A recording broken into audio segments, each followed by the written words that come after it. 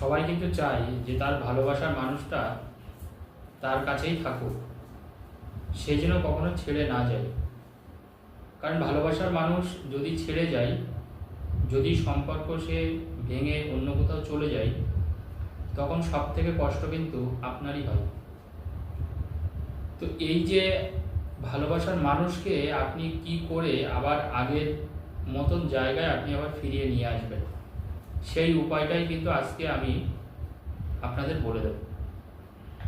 এর ফলে যে জিনিসটা হবে, ভালোবাসার মানুষের সাথে আপনার বন্ধনটা কিন্তু অনেক শক্ত হবে এবং সেই মানুষটা দেখবেন আপনার সাথে আর সম্পর্ক ত্যাগ করতে পারবে না। আপনি যাই তাকে বলুন না কেন, সে কিন্তু সেটা আপনার জন্য করবে, কারণ আপনার প্রতি তখন তার ভালোবাসা কিন্তু অনেকটা বেড়ে যাবে।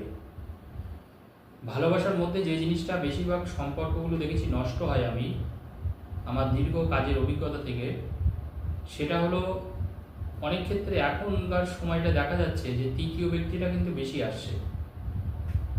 অর্থাৎ আপনার সাথে সম্পর্ক আছে, মাঝখানে হয়তো আরেকজন চলে আসলো,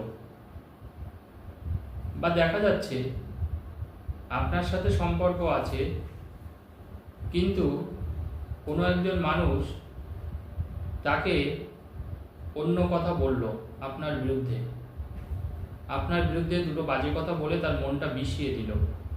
সেই ক্ষেত্রেও কিন্তু মনে রাখবেন, আপনার প্রতি তার কিন্তু ভালোবাসার পরিমাণটা কিন্তু কমতে থাকবে এবং সবশেষে সেই ভালোবাসাটা নষ্ট হয়ে যেতে পারে।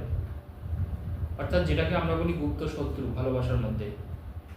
আপনার সাথে তার সম্পর্ক আছে কিন্তু অন্য কোনো মানুষের হয়তো হিংসে, এই হিংসার থেকে আপনার নামে ভুলভাল বদনাম করা, এই জিনিসগুলো কিন্তু করার ফলে কিন্তু সম্পর্ক নষ্ট হতে পারে। এটা আমাদের মাথায় রাখতে হবে।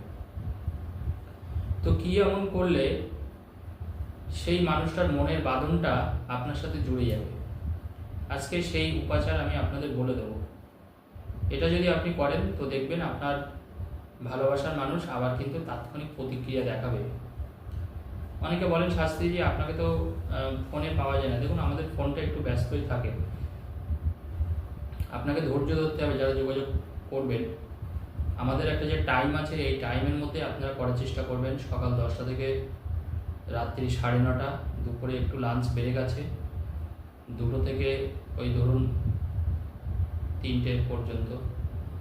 তো আপনারা চেষ্টা করবেন এর আগে পরে ফোনটা করার। ফোন ব্যস্ত থাকলেও কিছুক্ষণ ওয়েট করে আবার করবেন।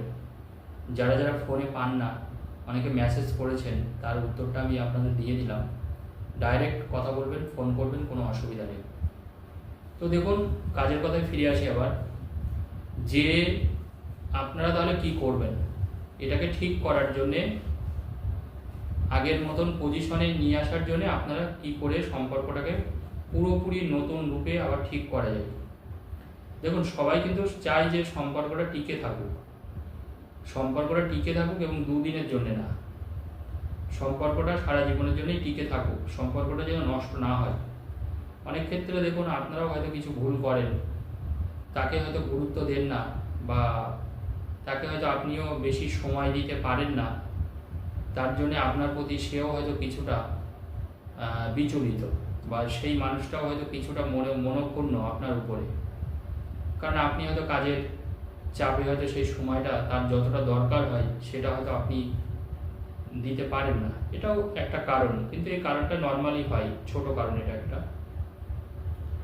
তো দেখুন, সম্পর্ক ঠিক করার জন্য আজকের যে উপায়টা আমি আপনাদের বলে দেবো সেটা হচ্ছে খুব সহজ। সেটা আপনারা কি করবেন, আপনারা বাসি পায়ে, মানে সকালবেলায় ঘুম থেকে উঠে বাসি পায়ে মানে বাইরে আসবেন, ঘর থেকে বাইরে আসবেন। ঘর থেকে বাইরে এসে আপনার বাসি পা মানে কি, মানে জল লাগানো যাবে না। আগে বাসি পায়ে আপনি নিচে, মানে মেঝের নিচে, মানে আপনার যে মানে বারান্দা থাকবে বা উঠোন থাকবে, এখন দেখুন অনেকের আর উঠোন হয়তো সেই অর্থে হয় না, ওই বারান্দা হতে পারে বা ঘরের মধ্যেও হতে পারে বা ব্যালকনি হতে পারে, তো সেখানে হলেও হবে, পাকা ঘর ম্যাক্সিমাম অনেকের ক্ষেত্রে। তো মোটামুটি যা পাবেন, ধুলো বলতে আর মাটি তো আর পাবেন না খুব একটা, যাদের উঠোন আছে তারা হয়তো পেতে পারেন, যেখানে হয়তো কংক্রিট নেই। তো মোট কথা আপনি একটু মানে যেখানে আপনি থাকবেন সেখানে একটু ধুলো হলেই হবে, অল্প একটু হাত দিয়ে আপনার বাম পায়ের নিচে, বাম পা কিন্তু ডান পা না, পুরুষ বা নারী যারই হোক বাম পা হবে কিন্তু এটা, বাম পায়ের নিচে যে ধুলোটা পাবেন সেটা আপনি নেবেন, হাত দিয়েই তুলবেন, হাত দিয়ে তুলে একটা কাগজে ওটা মুড়ে নেবেন। কাগজে ওটা মুড়ে নিয়ে যেটা করবেন ওইটা আপনি রেখে দেবেন, ওটা আপনার নিজের কাছেই রেখে দেবেন। রেখে দেওয়ার পরে রাতের বেলায় মনে রাখবেন কিন্তু রাতের বেলায় মানে যার সাথে আপনি যাকে ভালোবাসেন আর কি, যার সাথে সম্পর্কটা ঠিক করতে চাইছেন তার নামটা একটা কাগজে কালো কালি দিয়ে লিখবেন 3 বার, শুধু তার নামটা লিখবেন, কালো কালি দিয়ে 3 বার তার নামটা লিখবেন। লেখার পরে যে ধুলোটা আপনি কাগজের মধ্যে মুড়ে রেখেছিলেন, আপনি তো একটা বাম পায়ের তো একটা ধুলো পেয়েছিলেন, মানে জয় পান যতটুকু ধুলো হচ্ছে ওইটাই আপনি কাগজ থেকে তার নাম যেখানে লিখেছিলেন সেই নামটার উপরে আপনি ওটা ফেলবেন। ওই ধুলোটা মানে কাগজের যে ধুলোটা হবে তার নামটা কালো কালো দিয়ে লিখতে বললাম, রাতের বেলায় করবেন কিন্তু এটা নিশি রাত, মানে রাতের বেলায় সন্ধ্যার পরে যে কোনো সময় করা যায়। ওই কাগজটার মধ্যে সেই ধুলোটা আপনি দেবেন, দেওয়ার পরে আপনার মাথা থেকে পা পর্যন্ত মনে রাখবেন ওই কাগজটাকে ভাঁজ করবেন, মানে যেখানে তার নাম লেখা আছে সেখানে কিন্তু ধুলোটা দিতে বলেছি আপনাদের। এবার আপনার মাথা থেকে পা পর্যন্ত, কিন্তু পা থেকে মাথা না, মানে আগে মাথা থেকে পা পর্যন্ত ওটাকে 3 বার বুলাবেন ওই কাগজটা। 3 বার বুলিয়ে নেওয়ার পরে আপনি ওটাকে আপনার তোষকের নিচে রেখে দেবেন, তোষকের নিচে বা বালিশ, যারা পার্সোনালভাবে ঘুমান বালিশের নিচে রাখবেন বা তোষকের নিচে রাখবেন, এটা রাখলেই হবে। দেখবেন এতেই কিন্তু তার মান, অভিমান, রাগ, দুঃখ সবটা কিন্তু ভেঙে যাবে, অর্থাৎ সে কিন্তু আপনার সাথে আবার যোগাযোগ করবে পুনরায়। তাহলে কাজটা খুব সহজ, আরেকবার একটু রিপিট করে দিই আপনাদের বোঝার স্বার্থে।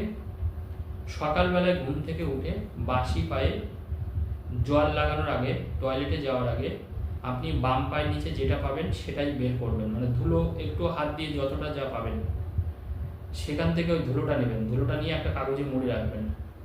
মুড়ে রাখার পরে রাতের বেলায় যাকে ভালোবাসেন তার নামটা কালো কালি দিয়ে 3 বার লিখবেন।